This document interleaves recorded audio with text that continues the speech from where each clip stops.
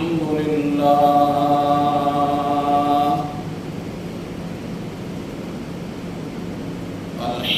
لله وكفى والصلاة والسلام على سيد الرسل وخاتم الأنبياء وعلى آله وصحبه وبارك وسلم، خصوصا على خلفائه الراشدين المهديين إلى يوم القيامة.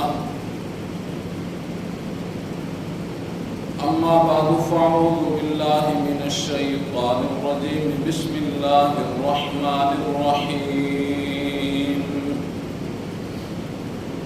وإلهكم إله واحد لا إله إلا هو الرحمن الرحيم. إن في خلق السماوات والأرض واختلاف الليل والنهار والفلك التي تجري في البحر بما ينفع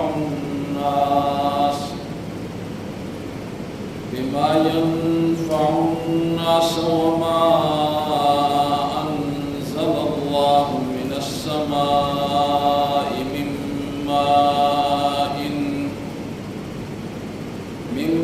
ماء فأحيا به الأرض بعد موتها وبث فيها من كل دابة وتصريف الرياح والسحاب المسخر بين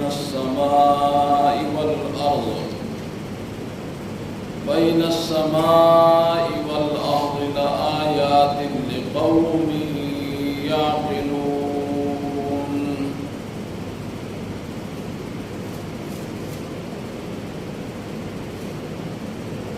اللهم صل على محمد وعلى آل محمد كما صليت على إبراهيم وعلى آل إبراهيم إنك حميد مجيد. رب اشرح لي صدري ويسر لي أمري واحلل عقدة من لساني يفقهوا قولي. رب زدني علما رب زدني علما رب زدني علما.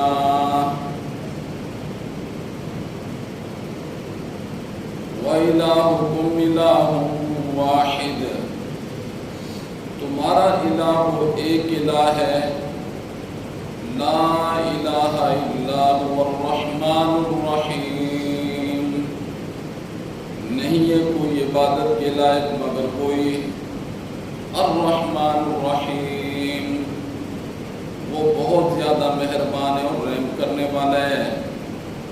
ان فی خلق السماوات والارض، بے شک زمین و آسمان کی پیدائش میں، واختلاف اللیل والنہار، دن اور رات کے بدلنے میں، والفلک التی تجری فی البحر، اور کشتیوں کے چلنے میں جو سمندروں میں چلتی ہیں، بما ينفع الناس، لوگوں کے نفع کے لیے، اور جو کچھ نازل کیا اللہ نے آسمان سے، من ماء پانی، فاحیا بہ الارض بعد موتها، اس پانی کے ذریعے سے اللہ نے مردہ زمین کو زندہ کیا.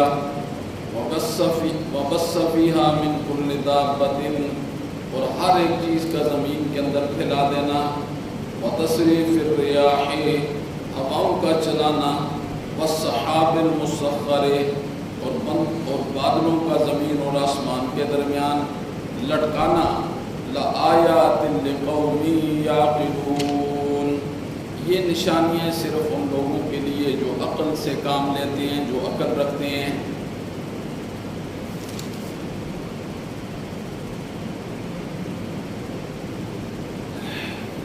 سامعین محترم، اللہ رب العزت نے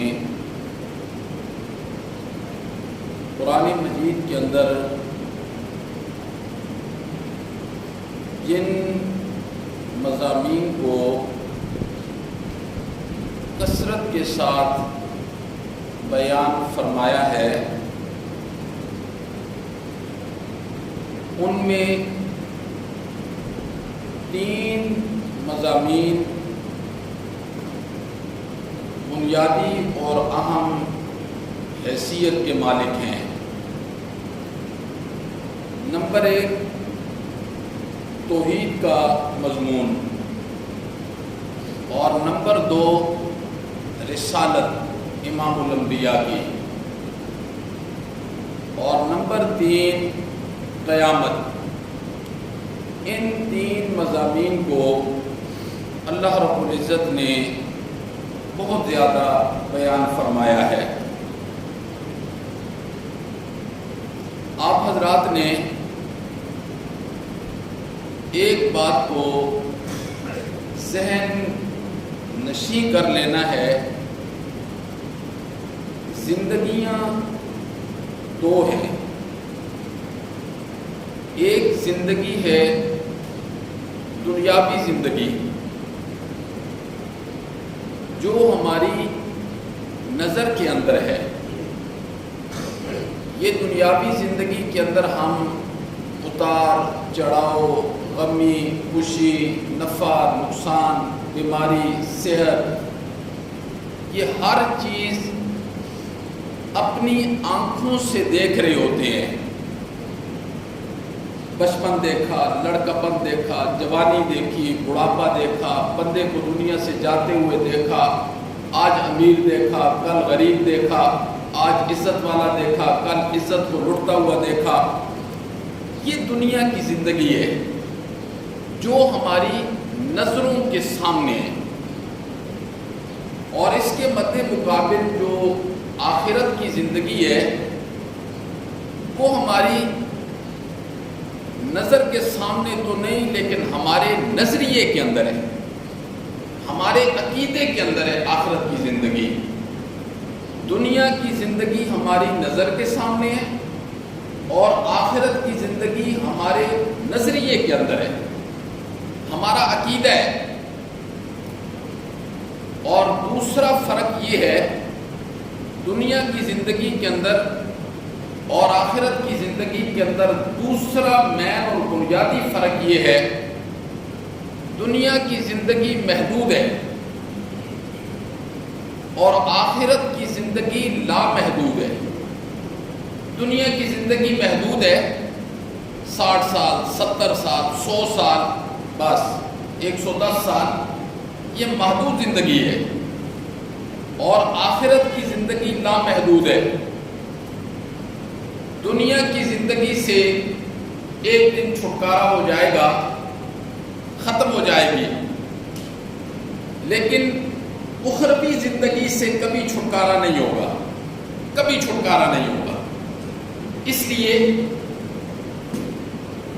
جو محدود زندگی ہے اس کی محنت بھی محدود ہوگی، اور جو لامحدود زندگی ہے اس کی محنت بھی پھر اس اعتبار سے ہوگی۔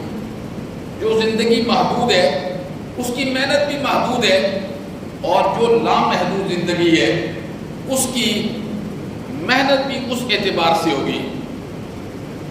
لیکن ایک بنیادی بات جو ہم سب نے اپنے ذہن کے اندر رکھنی ہے وہ یہ ہے کہ ہمارا ایمان آخرت کے اعتبار سے اس وقت تک معتبر نہیں ہو سکتا جب کہ کائنات کے رب کے بارے میں ہمارا ایمان اس طریقے سے نہ ہو جس طریقے سے اللہ رب العزت نے اپنی ذات کے بارے میں ایمان دل و دماغ میں پیوست کرنے کا حکم دیا ہے۔ اس وقت تک آخرت پر ایمان کا اعتبار نہیں ہو سکتا۔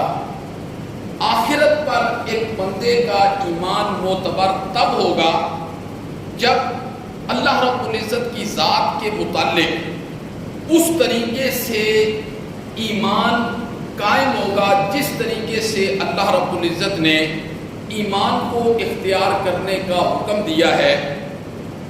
وہ ایمان کیا ہے؟ ہر بندے کے دماغ کے اندر یہ چیز موجود ہونی چاہیے کہ میرا اللہ ہے۔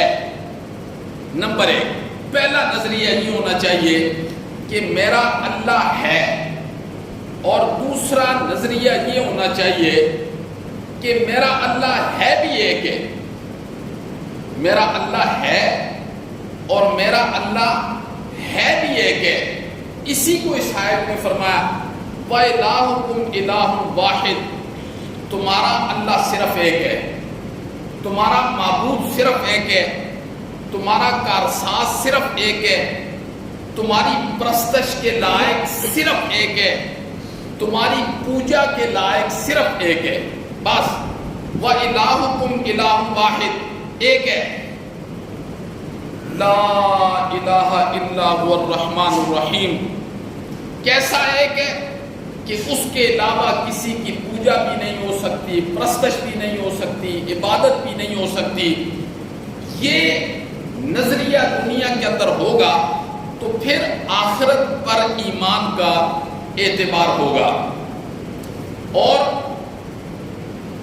پھر شیطان انسان کو برگلانے کے لیے اس کے دل و دماغ کے اندر بہت ساری چیزوں کو پیدا کر دیتا ہے، اور اگر شیطان کی دل و دماغ میں ڈالی ہوئی باتوں کو جب انسان اپنے دل و دماغ میں اس کی بنیادوں کو، اس کی بتائی ہوئی باتوں کی بنیادوں کو مضبوط کر لیتا ہے، تو پھر انسان کا رائے راست پر آنا ذرا مشکل ہو جاتا ہے۔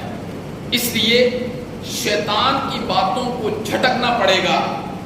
پھر انسان کے دل و دماغ میں شیطان ایک بات ڈالتا ہے، اللہ موجود ہے تو پھر کدھر ہے؟ بڑے بڑے دنیا میں لوگوں نے سوال کیے، لیکن میرے محترم، ہر موجود چیز کا نظر آنا ضروری نہیں ہوتا۔ ہر موجود چیز کا نظر آنا یہ ضروری نہیں ہوتا کہ ہر موجود چیز نظر آئے۔ پھر اللہ کی ذات نے تو انسان کی آنکھوں میں، دنیاوی آنکھوں میں وہ صلاحیت ہی نہیں رکھی ہے کہ وہ اللہ کی ذات کو دیکھ سکے، بلکہ مثال انسانوں کی دے دیتا ہوں۔ مثال کے طور پر انسان کا ایک وجود ہے، یہ دو چیزوں سے مرکب ہے، جسم سے اور روح سے۔ آج تک کسی کو روح نظر آئی ہے؟ روح کو کسی نے دیکھا ہے؟ حالانکہ سارے یہ جانتے ہیں کہ جسم میں روح ہے، اس کی رگیں پھڑک رہی ہیں، روح ابھی ہے، لیکن روح آج تک کسی کو نظر نہیں آئی ہے۔ اس کے قائل تو یہودی بھی ہیں، اس کے قائل تو عیسائی بھی ہیں، اس کے قائل تو کافر بھی ہیں کہ روح ہے پر نظر نہیں آتی ہے۔ تو ہر چیز جو موجود ہو اس کا نظر آنا ضروری نہیں ہوتا۔ اللہ رب العزت نے فرمایا میں موجود ہوں۔ جیسے ہم کسی کے متعلق یہ کہتے ہیں، پہلے تو ہم سب کو اس چیز کا علم ہے کہ عقل ایک چیز ہوتی ہے، عقل ایک چیز ہوتی ہے۔ پھر یہ ہم کہتے ہیں نا فلاں بندہ بہت عقل مند ہے، بہت عقل مند ہے۔ کبھی کہہ دیتے ہیں یہ درمیانی عقل کا مالک ہے، کبھی یہ سننے کو آتا ہے اس کے اندر تو عقل ہی نہیں ہے۔ حالانکہ عقل کو آج تک کسی نے دیکھا ہے؟ عقل کو آج تک کسی نے نہیں دیکھا۔ انسان کا دماغ، عقل جو اللہ رب العزت عطا فرماتے ہیں، ہم اس عقل کے بل پوتے کسی کو کہہ دیتے ہیں بہت ستھری عقل کا مالک ہے، کمزور عقل کا مالک ہے، اور کئی لوگوں کے متعلق کہہ دیتے ہیں یہ مجنون ہے، دیوانہ ہے، اس کے اندر تو عقل ہے ہی نہیں ہے۔ لیکن عقل ایک ایسی چیز ہے جس کا اقرار کر رہے ہوتے ہیں، اقرار کر رہے ہوتے ہیں، لیکن آج تک کسی کو عقل نظر آئی ہے؟ آج تک کسی کو عقل نظر نہیں آئی ہے۔ اللہ رب العزت نے تو یہ مخلوقات کے اندر پیدا کی ہوئی چیزوں کی کتنی زبردست قسم کی مثالیں پیش کی ہیں کہ روح تمہیں نظر نہیں آتی، اس کا اقرار بھی کرتے ہو، عقل تم اقرار کرتے ہو نظر نہیں آتی، میری ذات کے متعلق شیطان نے تمہارے دماغ میں یہ ڈال دیا ہے اگر اللہ ہے تو پھر اللہ نظر کیوں نہیں آتا؟ اس پر پھر اللہ رب العزت نے پورے قرآن مجید کے اندر یہ دلائل پیش کیے۔ تو یہ جس طریقے سے عقل نظر نہیں آتی اور انسان اس عقل کے ساتھ کتنے بڑے بڑے فیصلے کر دیتا ہے، یہ جو دنیا میں انسان اچھے فیصلے کرتے ہیں یہ کس وجہ سے کرتے ہیں؟ یہ جو اللہ رب العزت نے انسان کو عقل عطا کی ہوتی ہے، اور عقل کے اعتبار سے سب سے اعلیٰ اور برتر جو طبقہ ہے نا، جن سے بڑھ کر اللہ نے کسی کو عقل عطا نہیں کی ہے، وہ انبیاء کی جماعت ہے، وہ انبیاء کا مجمع ہے۔ اللہ رب العزت نے انبیاء کو سب سے زیادہ عقل عطا کی ہے۔ پھر درجہ بدرجہ دیکھو، عقل سے انسان بہت اچھا، اسی لیے اللہ بار بار کہتے ہیں افلا تاقلون افلا یاقلون، تمہاری عقل نہیں ہے، تمہاری عقل نہیں ہے، عقل کو استعمال نہیں کرتے ہو۔ تو اللہ رب العزت نے انسان کے اندر ایک عقل رکھی ہے، اور عقل کا معیار جو ہے سب سے اعلیٰ معیار یہ اللہ نے انبیاء کو عطا کی ہے۔ اس کے بعد اللہ رب العزت نے درجہ بدرجہ امت میں بڑے بڑے لوگوں کو بڑی خوبصورت عقل کا مالک بنایا ہے۔ نبی پاک صلی اللہ علیہ وسلم نے غزوہ بدر، اب مشرکین کی تعداد کا نہیں پتہ چل رہا تھا کہ مشرکین کی تعداد کتنی آ رہی ہے، کتنی، ادھر سے صحابہ کرام کا لشکر ہے، بے سر و سامانی کے حالات ہیں، وہاں پہنچے نا، تو جب بدر میں مشرکین پہنچے تو چونکہ صحابہ کرام بھی امام الانبیاء نے مقرر کیے تھے جاسوسی کے لیے، جنگی چال ہے، نبی پاک صلی اللہ علیہ وسلم کے سامنے صحابہ کرام نے مشرکین کے 2 غلام جو ان کی خدمت کے لیے تھے، پانی لا کے دینا، یہ کھانے کا انتظام کرنا، وہ صحابہ کرام کے ہتھے چڑھ گئے۔ تو وہ نبی پاک صلی اللہ علیہ وسلم کے سامنے انہیں لے کر آئے، تو صحابہ کرام نے سختی کرنا چاہیے ان کے ساتھ، آپ نے فرمایا نا سختی کیوں کر رہے تھے؟ ان سے یہ پوچھ رہے تھے کہ بتاؤ تمہاری فوج میں کتنے آدمی ہیں؟ انہوں نے کہا ہمیں کوئی پتہ نہیں، ہمیں وہ بتانا نہیں چاہ رہے تھے۔ نبی پاک صلی اللہ علیہ وسلم کے سامنے لایا گیا، آپ نے فرمایا کتنے آدمی ہیں؟ انہوں نے کہا جی ہمیں نہیں پتہ۔ آپ نے فرمایا اچھا یہ بتاؤ کہ روزانہ کتنے اونٹ ذبح کیے جاتے ہیں؟ انہوں نے کہا جی کبھی 9 اور کبھی 10۔ آپ نے فرمایا تعداد کا پتہ چل گیا مجھے، تعداد کا مجھے پتہ چل گیا، کیسے؟ آپ نے فرمایا جو ایک اونٹ ہے نا وہ 100 آدمیوں کے لیے کافی ہے، تو ان کی تعداد 900 سے لے کے 1000 کے درمیان تک ہے۔ اب یہ آپ نے جب اس نے یہ کہا نا کہ اتنے اونٹ ذبح ہوتے ہیں، آپ نے فوراً جو اللہ رب العزت نے عقل، فہم، فراست عطا کی تھی، فوراً اس سے آپ نے اندازہ لگا لیا کہ یہ، حالانکہ اگر آپ ہر جگہ موجود ہوتے تو پھر آپ اس بندے سے پوچھتے، یہ بھی پتہ چل گیا امام الانبیاء ہر جگہ موجود نہیں ہے۔ اگر آپ عالم الغیب ہوتے تو کبھی آپ نہ پوچھتے کہ وہ کتنی تعداد ہے۔ تو یہ اللہ رب العزت نے جو عقل عطا کی تھی نا، عقل، اس عقل کو استعمال کرتے ہوئے امام الانبیاء نے اندازہ لگا لیا کہ یہ 900 اور 1000 کے درمیان کی تعداد ہے، کبھی 9 اونٹ ذبح ہوتے ہیں اور کبھی 10 اونٹ ذبح ہوتے ہیں۔ یہ تو میں نے ایک عقل کی بات بتلائی ہے کہ ہر موجود چیز کا نظر آنا ضروری نہیں ہوتا، یہ چیز موجود ہے جی نظر کیوں نہیں آ رہی؟ جیسے روح نظر نہیں آتی ہے، عقل نظر نہیں آتی ہے، لیکن عقل کے بل بوتے امام ابو حنیفہ رحمہ اللہ کو پتہ چلا کہ ایک آدمی حضرت عثمان رضی اللہ تعالیٰ عنہ کو گالیاں دیتا ہے، اور صرف گالیاں نہیں دیتا بلکہ نعوذ باللہ یہودی تک کہہ دیتا ہے۔ امام ابو حنیفہ رحمہ اللہ کے لیے اس چیز کا سن کے برداشت کرنا یہ ایک بڑا مشکل سا کام تھا،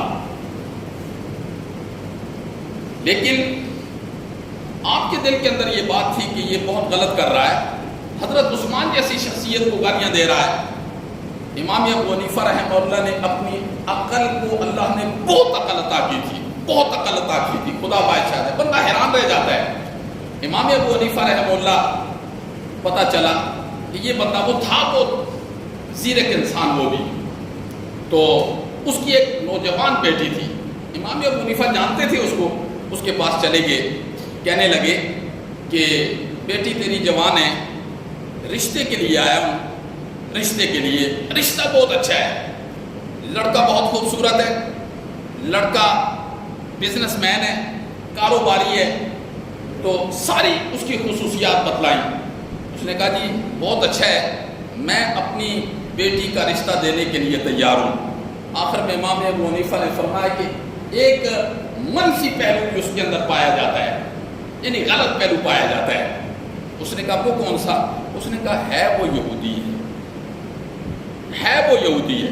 جب یہ بات کہی نا تو وہ بندہ تب نہیں گیا، امام ابو حنیفہ رحمہ اللہ کو جتنی اس نے بکواس کرنی تھی نا اس نے کی، اور امام صاحب سنتے رہے۔ جب وہ خاموش ہو گیا نا، امام صاحب نے فرمایا خاموش، اور کوئی بات کرنی؟ اس نے کہا نہیں۔ اس نے کہا تو اپنی بیٹی کے لیے ایک یہودی کا رشتہ پسند نہیں کرتا تو امام الانبیاء نے اپنی 2 لخت جگر جس کے نکاح میں دی ہیں، تو اسے یہودی کہہ رہا ہے؟ اس نے کہا حضرت بات سمجھ آ گئی ہے مجھے۔ اس نے کہا بات مجھے سمجھ آ گئی ہے، میں اپنے اللہ سے توبہ کرتا ہوں کہ اپنی بیٹی کے لیے یہودی پسند نہیں کر رہا۔ نبی پاک صلی اللہ علیہ وسلم کی 2 لخت جگر جس شخصیت کے نکاح میں آئی ہیں، اللہ اکبر۔ امام الانبیاء نے کیا ارشاد فرمایا؟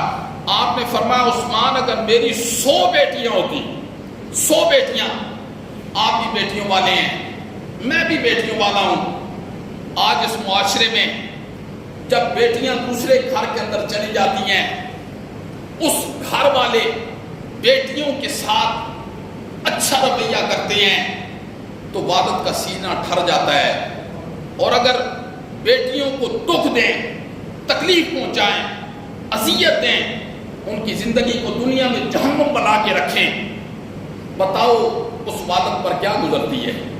کیا گزرتی ہے اس والد پر؟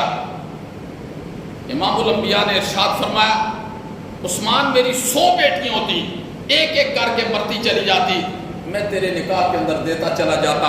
یہ کون سسر کہہ سکتا ہے؟ یہ وہی سسر کہہ سکتا ہے داماد نے جس کے سینے میں ٹھنڈ ڈال دی، وہی سسر کہہ سکتا ہے۔ تو پھر کہنے کا مطلب یہ ہے کہ امام ابو حنیفہ رحمہ اللہ نے کتنی عقل کے ساتھ فیصلہ کیا۔ اس کے بعد اس بندے نے کبھی حضرت عثمان رضی اللہ تعالیٰ عنہ کو یہودی نہیں کہا اور گالیاں بھی نہیں۔ عقل نظر آنے والی چیز نہیں ہے، لیکن یہ موجود ہے اور لوگ اسے مانتے ہیں، بڑا صاحب عقل ہے، بڑی عقل کا مالک ہے، فیصلے کی بڑی صلاحیت رکھتا ہے۔ امام ابو حنیفہ رحمہ اللہ کا ایک اور واقعہ میں نے پڑھا کہ ایک بندہ حج کے لیے جا رہا تھا۔ آج کی طرح حج نہیں ہوتے تھے کہ 5 گھنٹے میں وہاں پہنچ جایا جائے۔ لوگ اس زمانے میں حج کا سفر کم از کم 6 مہینے کا ہوتا تھا، سال کا ہوتا تھا، 2 سال کا سفر بھی ہوتا تھا۔ ایک بندے نے اپنی کچھ مال، کچھ چیزیں ایک بندے کے پاس امانت رکھوائیں، اور حج کے سفر سے واپس آیا تو اس نے دینے سے انکار کر دیا۔ اس نے کہا کچھ بھی نہیں ہے میرے پاس، چلے جاؤ، کون سی چیزیں؟ یہ بندہ امام ابو حنیفہ رحمہ اللہ کے پاس چلا گیا۔ اس نے کہا حضرت فلاں بندہ ہے، اور تھا وہ بڑا زیرک آدمی، زیرک بندہ تھا، اور علمی صلاحیت بھی رکھتا تھا وہ بندہ جس نے مال رکھ کے انکار کر دیا۔ امام ابو حنیفہ نے اس سے پوچھا کہ جس وقت اس کے پاس مال رکھوایا تھا یہ بتلاؤ کہ گواہ ہے کوئی؟ اس نے کہا حضرت گواہ تو کوئی بھی نہیں۔ امام صاحب نے کہا کہ شرعی اصولوں کی پاسداری کیا کرو، جب کسی کے پاس کوئی چیز رکھواؤ، لینی ہے دینی ہے، اس پر کم از کم شرعی گواہ تو ہونے چاہیے۔ خیر اس نے کہا جی گواہ نہیں ہے۔ امام صاحب نے فرمایا جاؤ ٹھیک ہے۔ اس بندے کو بلایا جس نے اس کا مال لیا تھا، اس کو بلایا اور بلا کر کہا، اور اللہ کی شان ان دنوں میں ایک خلیفہ کی طرف سے انہیں ایک آرڈر جاری کیا گیا کہ ہمیں کچھ بندے حکومت کے لیے، ادارے کے لیے چاہیے، قاضی، فیصلہ کرنے والے۔ امام صاحب نے اسے بلایا اور کہا کہ تو بڑی صلاحیت کا مالک ہے، تو میرے پاس کچھ ویکنسیاں ہیں، تو تیرا دل چاہتا ہے کہ میں تجھے لگا دوں؟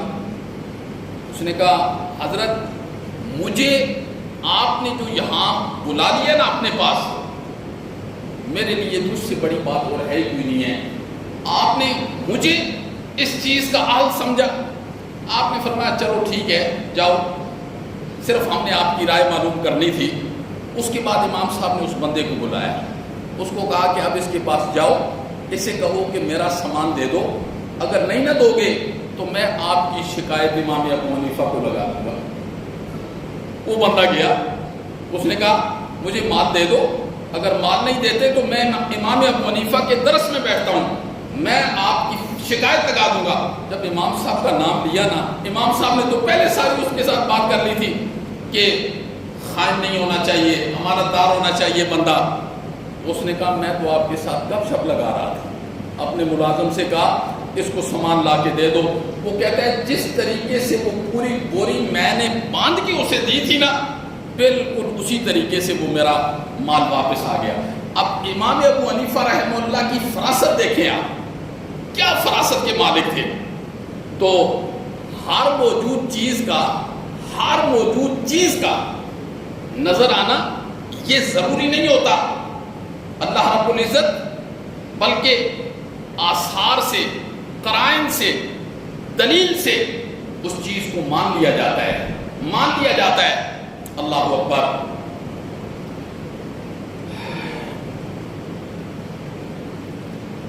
علامہ ابن جوزی ایک بہت بڑے بزرگ گزرے ہیں، ان کی ایک کتاب ہے، بڑی زبردست کتاب ہے علامہ ابن جوزی کی۔ یہ عقل پر ایک بات میرے ذہن کے اندر آ گئی۔ علامہ ابن جوزی نے بڑی زبردست قسم کی بات، اور سننے والی بات ہے یہ۔ موضوع میرا یہ ہے کہ ہر موجود چیز کے لیے نظر آنا ضروری نہیں ہے۔ عقل نظر نہیں آتی، روح نظر نہیں آتی، اور عقل کے ذریعے سے یہ بات بھی میں نے آپ کو بتلائی ہے کہ اللہ رب العزت نے جو عقل عطا کی ہے نا لوگوں کو، اس عقل کے ذریعے سے لوگوں نے بہت بڑے بڑے فیصلے کیے ہیں، اور عقل کے ذریعے سے انسان قرائن محسوس کر کے بات تک پہنچ جاتے ہیں۔ اب امام ابو حنیفہ رحمہ اللہ کے ایسے سینکڑوں ایسی باتیں ہیں، سینکڑوں ہزاروں ایسی باتیں ہیں جو آپ نے عقل کے بل بوتے پر کی ہیں۔ علامہ ابن جوزی نے لکھا کہ ایک بندہ مر گیا، مرا نہیں، مرنے کے قریب تھا، اس کے 4 بیٹے تھے، 4 بیٹے۔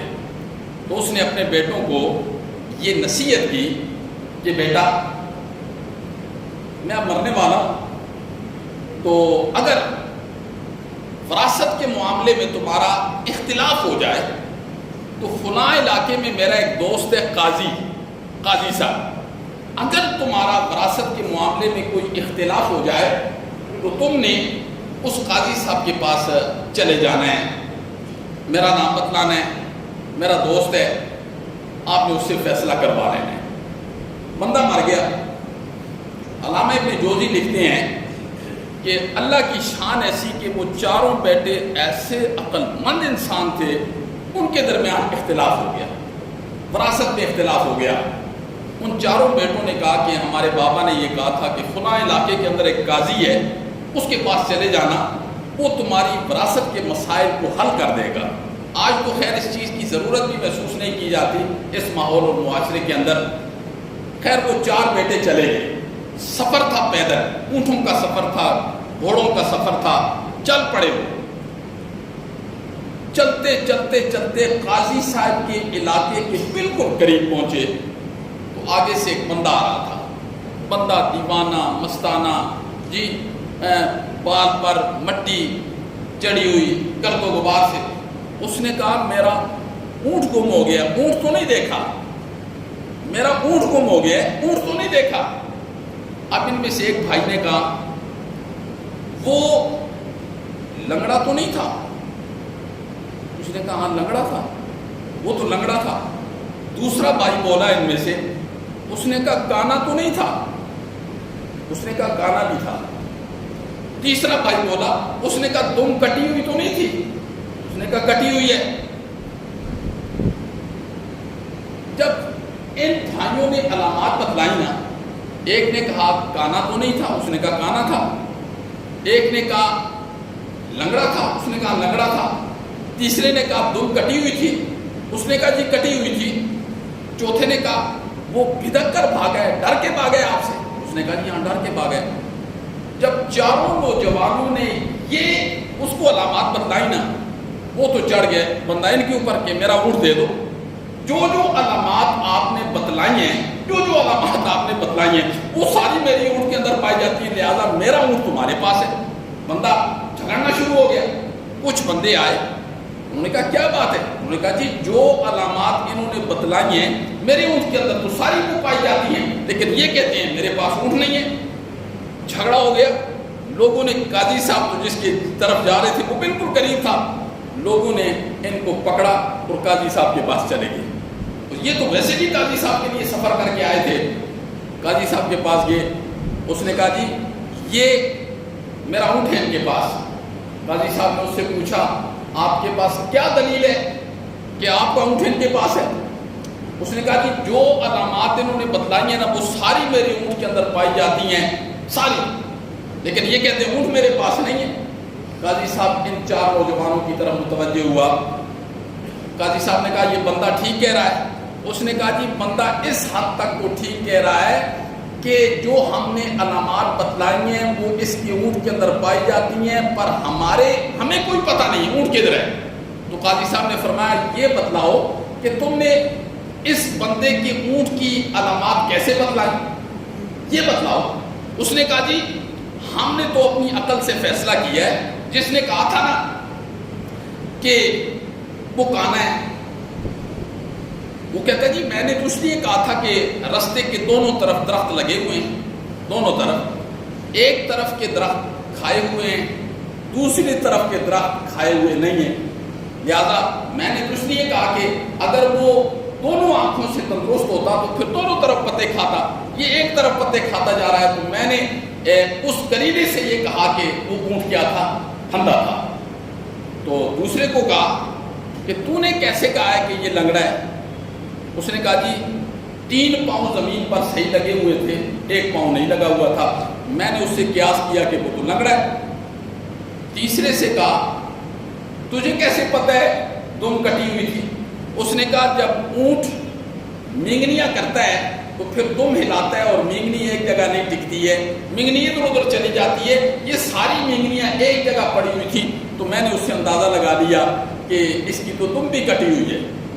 تو چوتھے نے جب اس سے پوچھا قاضی صاحب نے کہ تم یہ بتلاؤ تمہیں کیسے پتہ ہے کہ اونٹ بھٹکا ہوا تھا، ڈرا ہوا تھا؟ اس نے کہا جی میں نے بھی عقل سے قرینہ لگایا ہے، 2 درخت کھائے ہوئے تھے، پھر درمیان سے کئی درخت چھوڑ کے آگے اس نے کھائے ہوئے تھے، یعنی ایک جگہ ٹک کر اس نے نہیں کھائے کہ یہ درخت کھاتا یہ کھاتا، نہیں، 2 کھائے، درمیان سے 10 چھوڑ کے پھر اگلے درخت کو منہ لگایا، تو مجھے ایسے اندازہ ہوا کہ یہ تو ڈرا ہوا اونٹ تھا، اگر ڈرا ہوا نہ ہوتا تو یہ پھر آرام سے کھاتا جاتا۔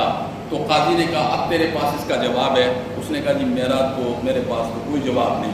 تو قاضی صاحب بہت حیران ہوئے ان چاروں بھائیوں کی یہ گفتگو سن کر کہ عقل کیسے استعمال کی ہے، کیسے استعمال کی، بہت حیران ہوا۔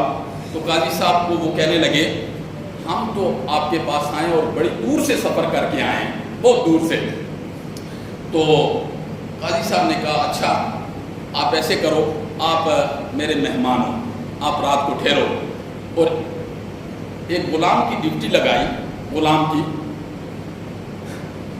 کو قاضی نے کہا کہ ان کو کھانا کھلانا ہے رات کو، کھانا، اور بس یہ دیکھنا ہے کہ یہ باتیں کیا کرتے ہیں، یہ 4 بندے کیا باتیں کرتے ہیں، ذرا یہ دیکھنا ہے۔ غلام کی ڈیوٹی لگائی، اس نے کھانا چھانا تیار کیا، قاضی صاحب خود نہ آیا، رات کو کھانا کھلایا۔ جب دسترخوان پر کھانا آیا، ایک بھائی نے روٹی کو ہاتھ لگایا نا، اس نے کہا جس عورت نے آٹا گوندا ہے وہ حاملہ عورت ہے، جس عورت نے یہ آٹا گوندا ہے نا وہ حاملہ عورت ہے. اچھا دوسرے نبیذ بادشاہ نے رکھی تھی، نبیذ انگوروں کی نبیذ.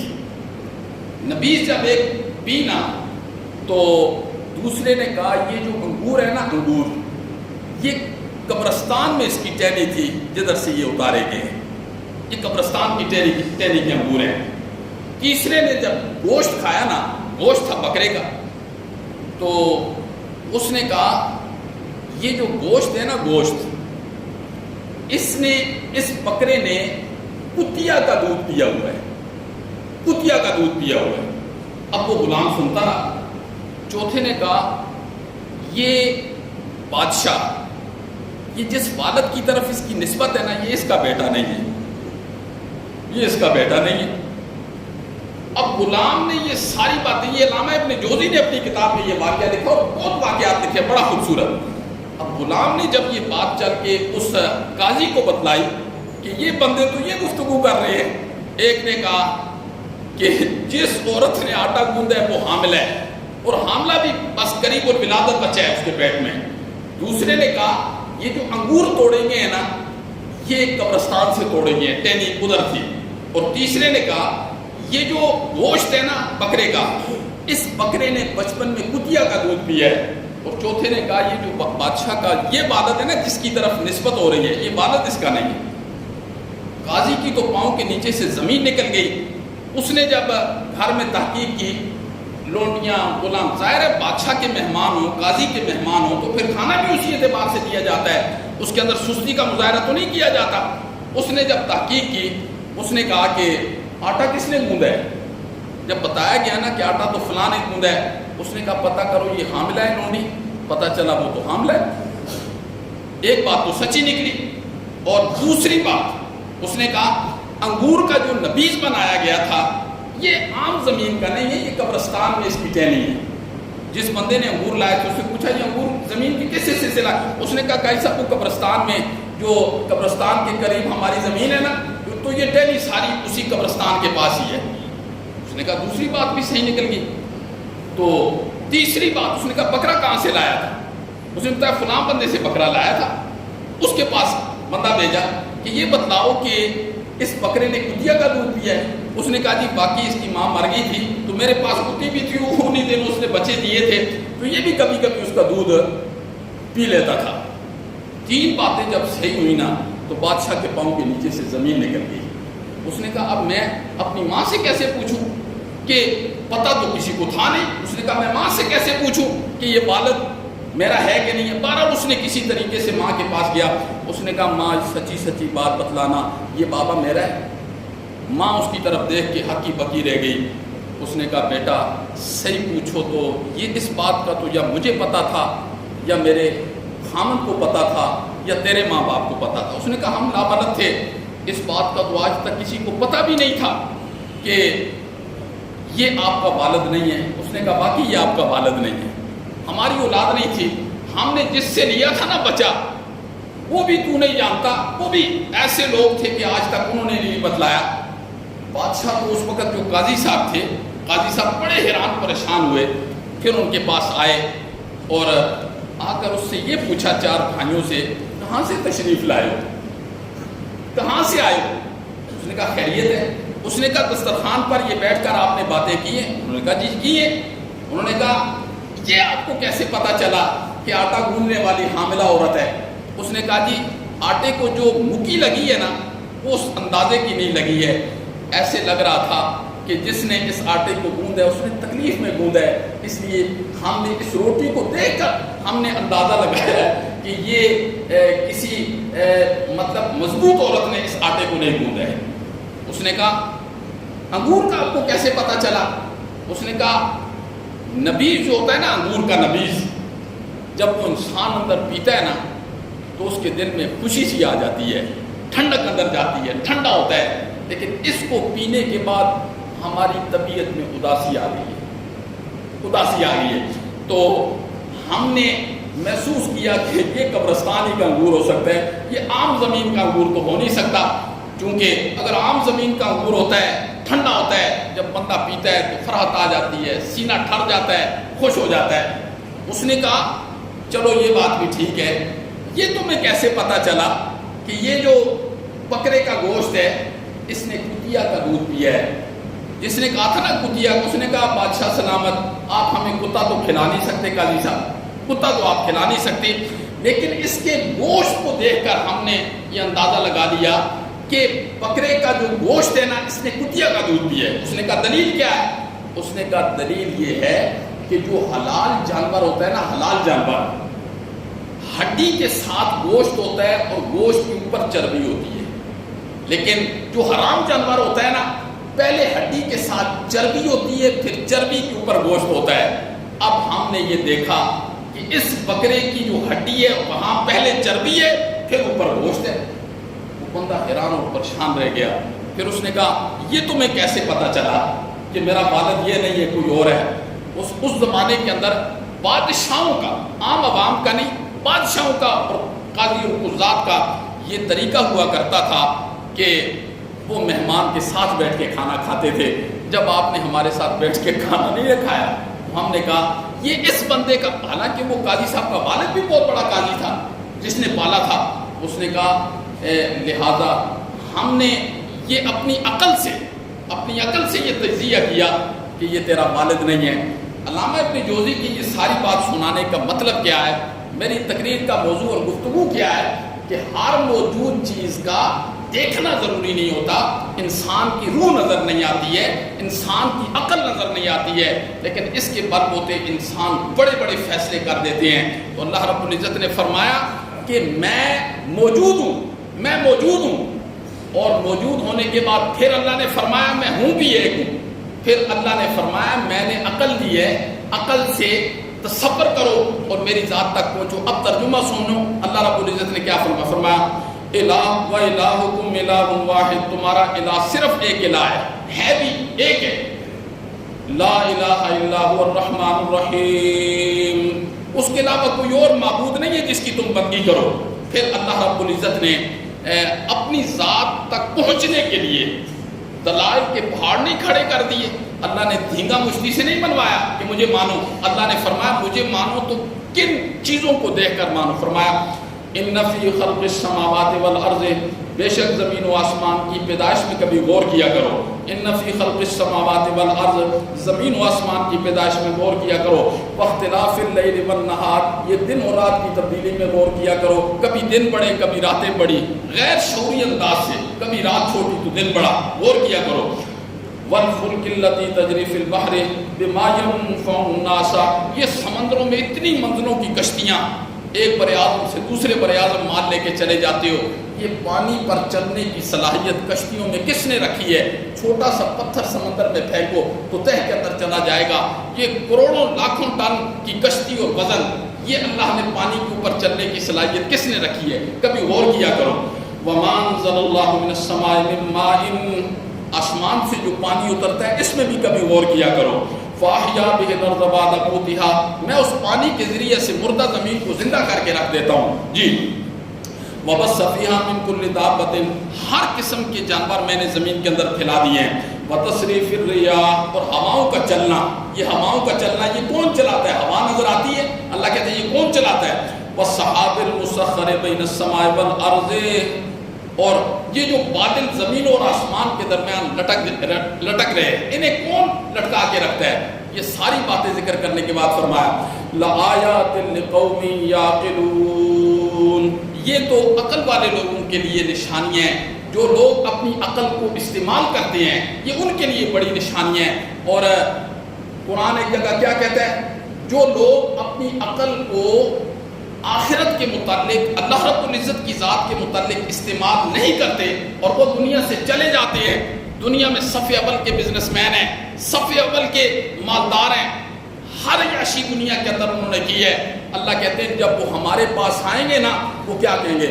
وَقَالُوا لَوْ كُنَّا نَسْمَعُ أَوْ نَعْقِلُ مَا كُنَّا فِي أَصْحَابِ السَّعِيرِ، کاش کہ ہم دنیا کے اندر جو اللہ نے باتیں بتلائی تھی یہ ہم سن لیتے، اس کو بھی ٹائم دیتے اور اپنی عقل کو استعمال کرتے تو آج ہم اہل جہنم میں سے نہ ہوتے۔ اللہ عمل کی توفیق نصیب۔